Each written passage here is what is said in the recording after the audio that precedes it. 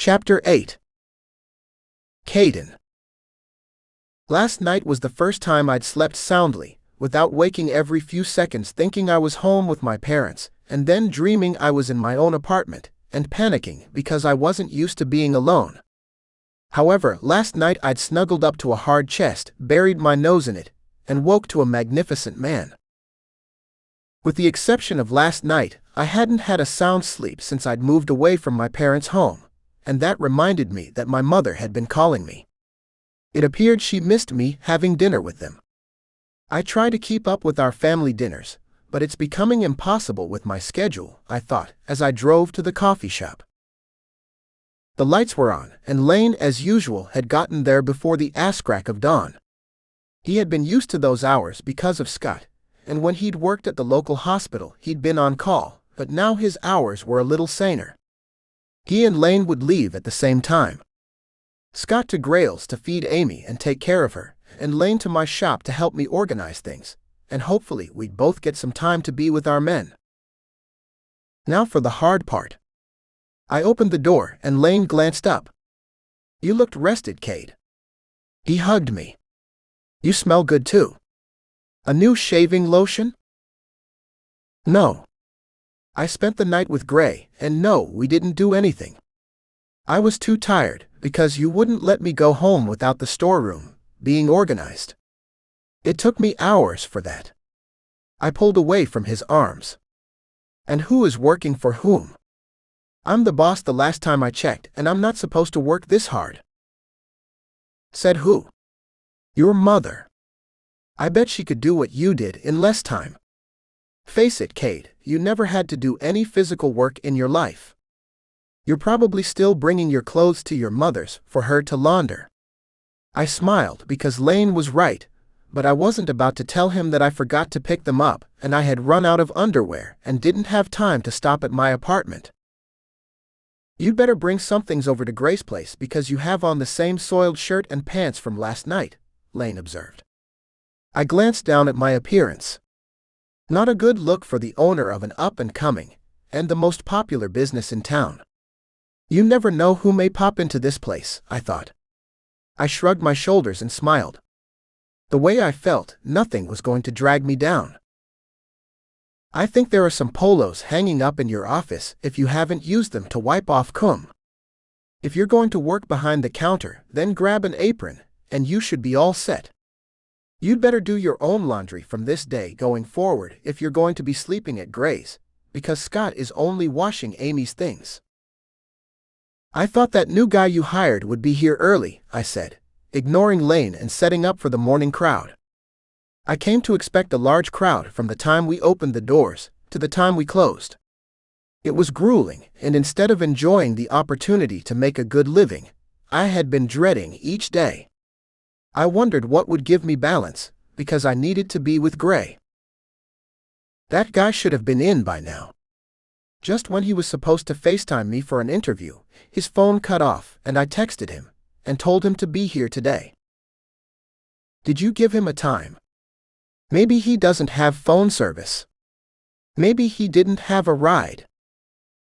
Maybe that's why he's not here." Men in their 20s. I knew where Lane was going, and I didn't want to hear another lecture about how fortunate I was not to have to work at a young age the way he had to, and that was where he got his work ethic from. That was just a lot of bull. I knew Lane, and he'd fucked off like all the guys his age, and he'd lost plenty of jobs. I was the one who got him employment at the ice cream shop, and I was the reason he'd kept it. I filled in on weekends when he didn't make it in, because he was holed up with Scott and fucking off trying to establish a relationship.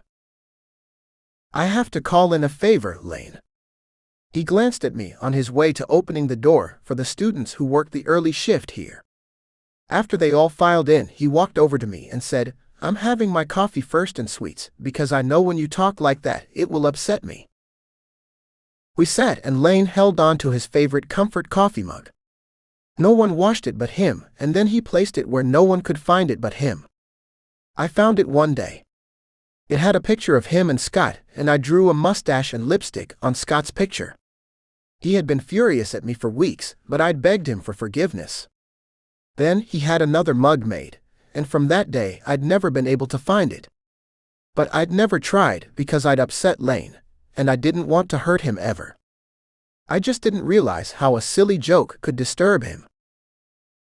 When we glanced around, the place was full with our regular employees, the first shift of course. When do you think we'll be able to keep consistent hours and close earlier? During semester break. Then we'll change all this insane work time. Some of the students won't come back and some new hires.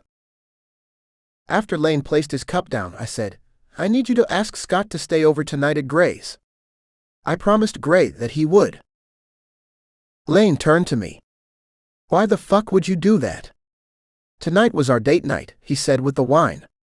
I knew how Lane felt, but one night wouldn't kill him. Gray had to go out of town at the last moment, and he's not going to work at that company anymore. He asked me to marry him. What is he going to do, live off of you? Don't be ridiculous. He doesn't need to work, I said. Everyone needs to work. Even the idle rich need a job of some sort. He's still a young man. I don't know what Gray's plans are, but I'm sure he'll tell me after we're married. It will be too late then. Don't be so cynical. I'll tell Scott that I'll join him at Gray's, and only if you help babysit, so we can have some time together. That's not a problem.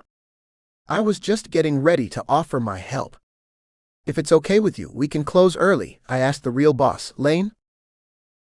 That won't be necessary because Brian is coming back tonight, and he'll close for us. It appears he couldn't find the boy who got away. That could be a first for him. Yet, how do you find someone traveling across country on a bus, who said he was going as far as his money took him? You can't give up, that's all. If that boy is meant to be with Brian, he'll find him, that's all I can say. I didn't give up on Gray, and he's asked me to marry him. Can you believe that? I'll believe it when Dracula or Voldemort is dead or out of Gray's life completely, and there is no sign of that happening anytime soon. I didn't want to be reminded of Austin, but how could I not? He had been in between us from the beginning. Today was tea day, and my next cup would be green tea and a positive attitude. The coffee had woken me up and done its job. Now I had to try and locate extra workers to be able to spend time with my husband-to-be and our baby. I wondered if Amy would ever be Gray's and my baby. I just had to keep a positive outlook on life, because not every day was filled with a cloud hanging over me named Austin.